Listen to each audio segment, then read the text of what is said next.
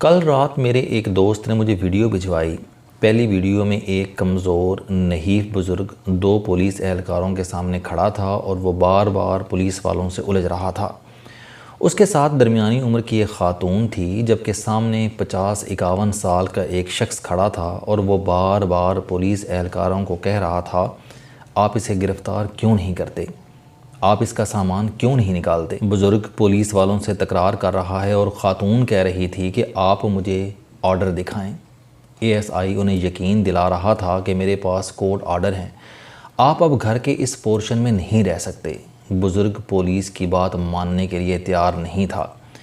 Police اہلکار انہیں سمجھا رہے تھے کہ بریگیڈیئر صاحب، آپ ہمارے بزرگ ہیں، ہمارے محترم ہیں، آپ ہمارے ساتھ کوآپریٹ کریں، ہمارے پاس آرڈر ہے اور ہم نے ہر صورت اسے پورا کرنا ہے۔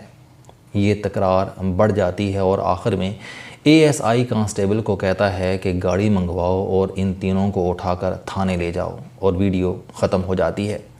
دوسری ویڈیو میں 50-51 برس کا شخص پولیس والوں کو کہتا ہے کہ آپ ان لوگوں کو گرفتار کیوں نہیں کرتے؟ پولیس اہلکار جواب دیتا ہے کہ یہ بزرگ بھی ہیں اور بیمار بھی، ہم انہیں کیسے گرفتار کر سکتے ہیں؟ آپ اپنا سامان لے آئیں، اور وہ شخص سیڑھیاں اتر کر نیچے چلا جاتا ہے۔ یہ بوڑھا بیمار شخص بریگیڈیئر امتیاز احمد عرف بریگیڈیئر بلّہ تھا۔ ایک زمانہ تھا کہ پورے ملک میں بریگیڈیئر امتیاز کا طوطی بولتا تھا۔ یہ حکومتیں بھی تبدیل کیا کرتا تھا اور جس کا دل چاہتا تھا اسے اٹھا کر ننگا کر دیتا تھا۔ اس نے کمیونسٹ لیڈر نذیر عباسی تک کو تشدد کر کے ہلاک کر دیا۔ اس کی شروعات پاک فوج کی انجینئرنگ کورس سے ہوئی تھی۔ قدرت نے اسے مکار نیلی آنکھیں دی تھیں، لہٰذا ساتھی اسے بلّہ اور باگڑ بلّہ کہتے تھے۔ یہ انجینئرنگ کورس سے انٹیلیجنس میں آیا اور پھر پیچھے مڑ کر نہیں دیکھا۔ 1980 کی دہائی میں یہ انٹرنل سیکیورٹی کا سربراہ بن گیا اور میاں نواز شریف کے ساتھ جڑ گیا اور پھر ان کی آنکھوں کا تارا بن گیا۔ 1989 میں بے نظیر بھٹو کی حکومت تھی۔ بریگیڈیئر امتیاز نے حکومت گرانے کا منصوبہ بنایا۔ یہ حکومت کے خلاف عدم اعتماد لانے اور میاں نواز شریف کو وزیر اعظم بنانے کی کوشش کر رہا تھا۔ اس نے راولپنڈی میں پیپلز پارٹی کے MNAs توڑنے کی کوشش شروع کر دی۔ مسعود خان اس وقت IB کے DG تھے۔ انہیں بھنک پڑ گئی اور انہوں نے بریگیڈیئر امتیاز اور میجر عامر کی PP کے 2 MNAs کے ساتھ آڈیوز اور ویڈیوز ریکارڈ کر لیں۔ وزیر اعظم کے ہاتھ میں ثبوت آ گیا، لہذا اس نے آرمی چیف اسلم بیگ کو بلا کر پوچھ لیا۔ اسلم بیگ اور اس وقت کے DG ISI جنرل شمس الرحمان کلو المعروف جنرل کلو مکر گئے اور ملبہ جنرل امتیاز پر آ گرا۔ اس نے میجر عامر کو بھی ساتھ لپیٹ لیا، جبکہ میجر عامر اس سازش میں شامل نہیں تھے۔ یہ اس وقت اسلام آباد کے سیکٹر کمانڈر تھے، مگر DG نے انہیں اس معاملے سے الگ کر رکھا تھا۔ یہ سارا آپریشن بریگیڈیئر امتیاز ایڈیشنل DG انٹرنل ونگ کی حیثیت سے دیکھ رہا تھا۔ یہ آپریشن تاریخ میں مڈ نائٹ جیکال کے نام سے مشہور ہوا۔ بہرحال قصہ مختصر، جنرل اسلم بیگ نے بریگیڈیئر امتیاز اور میجر عامر کو کورٹ مارشل کر کے انہیں ملازمت سے فارغ کر دیا۔ میاں نواز شریف وزیر اعلیٰ پنجاب تھے۔ انہوں نے بریگیڈیئر امتیاز کو برخاستگی کے باوجود پنجاب میں ایڈیشنل چیف سیکرٹری لگا دیا۔ یہ 1990 میں الیکشن جیت کر پہلی بار وزیر اعظم بنے تو انہوں نے بریگیڈیئر بلّہ کو DG IB بھی لگا دیا اور یہاں سے بریگیڈیئر بلّہ کو ایک بار پھر عروج ملا۔ یہ 1993 تک DG IB رہا۔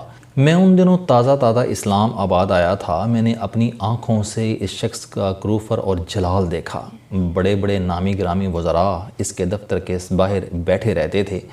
اقتدار اور طاقت کی گنگا اس کی میز کے نیچے بیٹھی تھی اور یہ خود بھی اس میں غسل کرتا تھا اور اپنے دوست احباب کو بھی ڈبکیاں لگواتا تھا۔ بہرحال قصہ مزید مختصر، 1994 میں بے نظیر بھٹو دوبارہ آ گئیں اور بریگیڈیئر ایک بار پھر پھنس گیا اور 2001 میں جنرل مشرف نے نیب بنایا۔ بریگیڈیئر بلّہ بھی اس کی زد میں آ گیا۔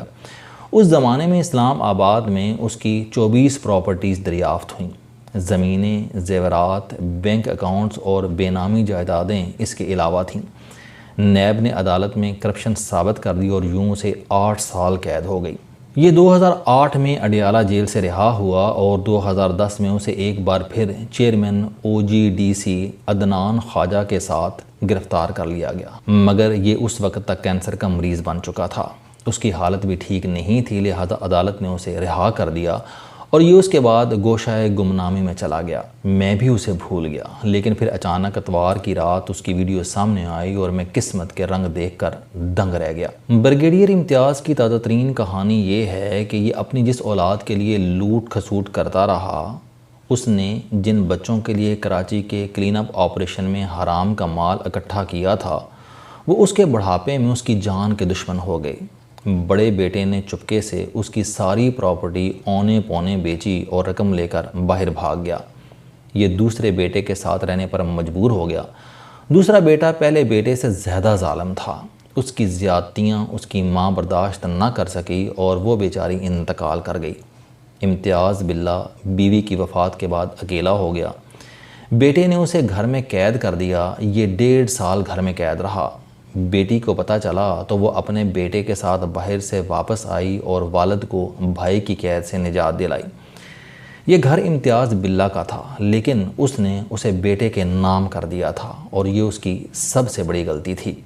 چنانچہ معاملہ عدالت اور پولیس تک پہنچ گیا، یہاں تک کہ بیٹا باپ کے خلاف عدالت کا حکم لے آیا۔ پولیس آئی اور اس نے بریگیڈیئر امتیاز اور اس کی بیٹی کو گھر خالی کرنے کا حکم دے دیا۔ بریگیڈیئر امتیاز پولیس کے ساتھ تکرار کر رہا تھا، جبکہ بیٹا سامنے کھڑے ہو کر پولیس کو اسے گرفتار کرنے اور گھر سے نکالنے کا حکم دے رہا تھا اور گھر کے ملازم حیرت سے یہ تماشا دیکھ رہے تھے۔ بیٹی پولیس کو عدالت کا دوسرا آرڈر دکھا رہی تھی، جس کے مطابق بریگیڈیئر امتیاز کو گھر سے نہیں نکالا جا سکتا تھا، لیکن پولیس یہ آرڈر تسلیم نہیں کر رہی تھی۔ میں نے یہ مناظر دیکھے اور کانوں کو ہاتھ لگا کر اللہ سے معافی مانگتا رہا۔ بریگیڈیئر امتیاز اپنے دور کا فرعون تھا۔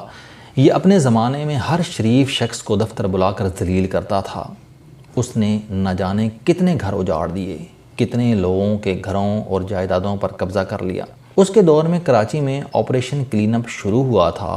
اس آپریشن کی آڑ میں بھی لاتعداد لوگوں کو غائب اور ٹارچر کیا گیا۔ اس میں درجنوں بے گناہ اور معصوم لوگ تھے۔